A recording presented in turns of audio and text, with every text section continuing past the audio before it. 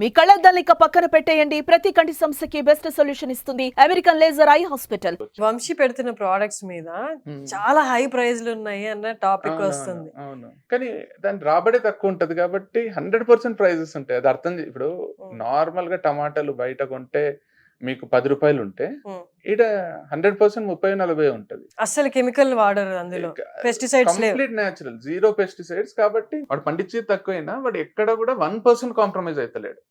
నాకు ఎక్కడ మంచి అనిపించింది అంటే వాడు పికిల్స్ పెట్టిండే ఫస్ట్ లో, మామూలు టేస్ట్ లేకుండే, స్వీట్లు మామూలు టేస్ట్ లేకుండే.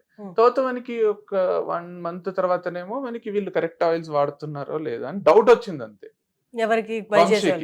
వంశీకి ఫుల్ సప్లై చేసే వాళ్ళు ఎక్కడికో సేల్స్ అని డౌట్ వస్తాను ఆపేసిండు వాడు. డౌట్ తోనే అంటే నేను అడిగిన ఏంది వంశీ అంటే డౌట్ కదా అంటే, డౌట్ అంటే నాకు కొంచెం అంటే తెలిసిపోయింది అసలు డౌట్ తోని కూడా నాకు వద్దు, ప్యూర్ ఇచ్చేటోళ్ళు ఉన్నారు, టేస్ట్ అటు ఇటు అయినా ఏమైనా కూడా వాళ్ళతో పోతా అని చెప్పి. కానీ ఇంకొక మేజర్ కామెంట్ నేను మొత్తం ఇంటర్వ్యూస్ తర్వాత మిమ్మల్ని చేసిన తర్వాత కొన్ని నెలల తర్వాత చూసాను ఏంటంటే, ఈ ఇద్దరు బ్రదర్స్ వాళ్ళ సెల్ఫ్ వరల్డ్ ఒకటి క్రియేట్ చేసుకొని అందులో సెల్ఫ్ లవింగ్ గా వాళ్ళని వాళ్ళు ప్రేమించుకుంటూ బతికేస్తున్నారు. వీళ్ళు చేసే తప్పుల్ని కూడా వీళ్ళు సపోర్ట్ చేసుకుంటున్నారు, వీళ్ళ డెసిషన్స్ వీళ్ళు సపోర్ట్ చేసుకుంటున్నారు, రియాలిటీలో బతకట్లేదు అన్నది ఎక్కువ విన్నా నేను. What is your comment on that? అంటే వీళ్ళు బతకగలుగుతున్నారు, మేము బతకలేకపోతున్నామన్నా? వాళ్ళకి అట్లా బతకాలనే లేదా? వాళ్ళకి అట్లా మేమే కరెక్ట్ ఉండాలి. నేను ఎప్పుడు కూడా వాళ్ళు తప్పు అనలేదు కదా.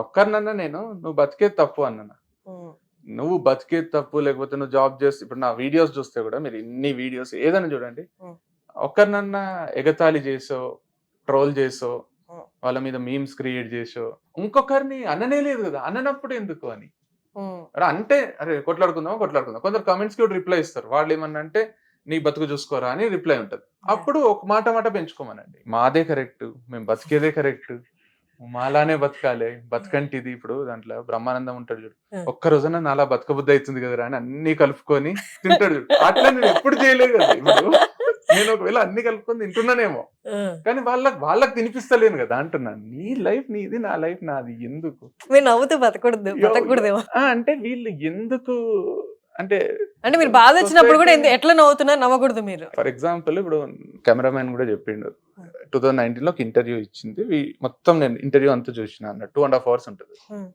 దాంట్లో మా అక్క వాళ్ళ యాక్సిడెంట్ గురించి చెప్తూ నేను 1/2 hour నవ్వుకుంటూ చెప్తున్నా. ఎందుకంటే నాకు ఏడుపు వస్తుందేమో అని భయమైందో నాకు ఇప్పటికీ నాకు కమెంట్స్ లో చూస్తే తెలుస్తుంది. మా అక్కకు ఇట్లా యాక్సిడెంట్ అయ్యి 2 కాళ్ళు ఇక్కడ నుంచి విరిగిపోయినాయి కంప్లీట్ గా. మేము చూసి ఒక్కొక్కటి ఇంత బియ్యం సంచి అంత కాళ్ళు అయినాయి. మా లైఫ్ లో అది సినిమాలో చూడడం కానీ రియల్ లైఫ్ లో అట్లా ఎక్స్పీరియన్స్ చేయడం మాకు గుండె ఆగిపోయినట్టు అయ్యింది అని నేను ఆయన ఇంటర్వ్యూ అడుగుతున్న క్వశ్చన్స్ కి నేను ఎట్లా మా ఎక్స్పీరియన్స్ ఏముందో చెప్తున్నప్పుడు నా ఫేస్ లో స్మైల్ ఉంది. ఉండరాదు, అది యాక్చువల్గా ఉండరాదు, కరెక్ట్, నేను కూడా ఒప్పుకుంటా.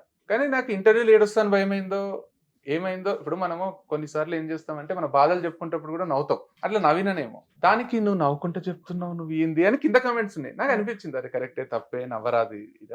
నవ్వరాదు అంటే నేను నవ్వినా నాకు కూడా తెలియదు, నేను చూసుకుంటుంటేనే ఓహో కొంచెం నవ్వుతున్నానా నేను అనేది అర్థమైంది. ఎప్పుడన్నా టైం ఉంటే చూడండి, అది చూసాను అనుకుంటాను.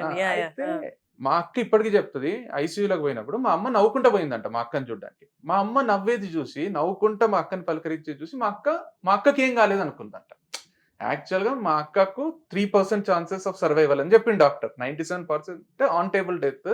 ఇట్లాంటి దాంట్లో ఒకవేళ ఆమె సర్వైవ్ అయినా ఆమెను కూర్చోబెడితే డాక్టర్ గా నేను సక్సెస్ అన్నాడు న్యూరో సర్జన్. ఆమెను కూర్చోబెడితే ఆమె లైఫ్ లాంగ్ పండుకొని ఉండకుండా, ఎందుకంటే స్పైనల్ కార్డ్ కి తగిలింది, వెన్నెముకకు తగిలింది, ఇక్కడ సర్వైకల్ అంతా ఘోరమైన యాక్సిడెంట్ అది. ఆ టైంలో మా అక్క మా అమ్మ రోజు గుడికి పోయి నవ్వుకుంటా విజిటింగ్ అవర్స్ లో పోయి మా అక్కని పలకరిస్తుంటే మా అక్క అనుకుందంట చిన్న యాక్సిడెంట్. అది మా అక్కకు ఫుల్ అంటే రికవర్ కావడానికి పాజిటివిటీ, నెగటివిటీ అనేది ఆ కమెంట్స్ లో చూసి అరే మొత్తం ప్రపంచం అంతా మనల్ని తిట్టుకుంటుందేమో అనుకుంటాం. కానీ ఒక వీడియో పెడితే ఒక 1000 నెగటివ్ కామెంట్లు వచ్చినా నాకు తెలిసి ఆ 1000 మంది తప్ప మిగతా వాళ్ళంతా పాజిటివ్ ఉన్నారు అనిపిస్తుంది. పర్సన్ ఎవరైతే నెగటివ్ కామెంట్ పెడుతున్నారో ఓవరాల్ గా 24 hours లో తను అంత నెగటివ్ గా ఉంటాడంటే ఉండడు. తన మూడ్ని బట్టి అక్కడ పెట్టేసి తర్వాత అది క్లోజ్ చేసి అబ్బాయి కూడా క్రికెట్ ఆడుకోవడానికి పోతాడేమో, లేకపోతే గర్ల్ ఫ్రెండ్ కలవడానికి వెళ్తాడేమో, ఆడికి హ్యాపీ మూమెంట్స్ ఆ పర్టికులర్ టైంలో పెట్టేసి వెళ్ళిపోతాడు.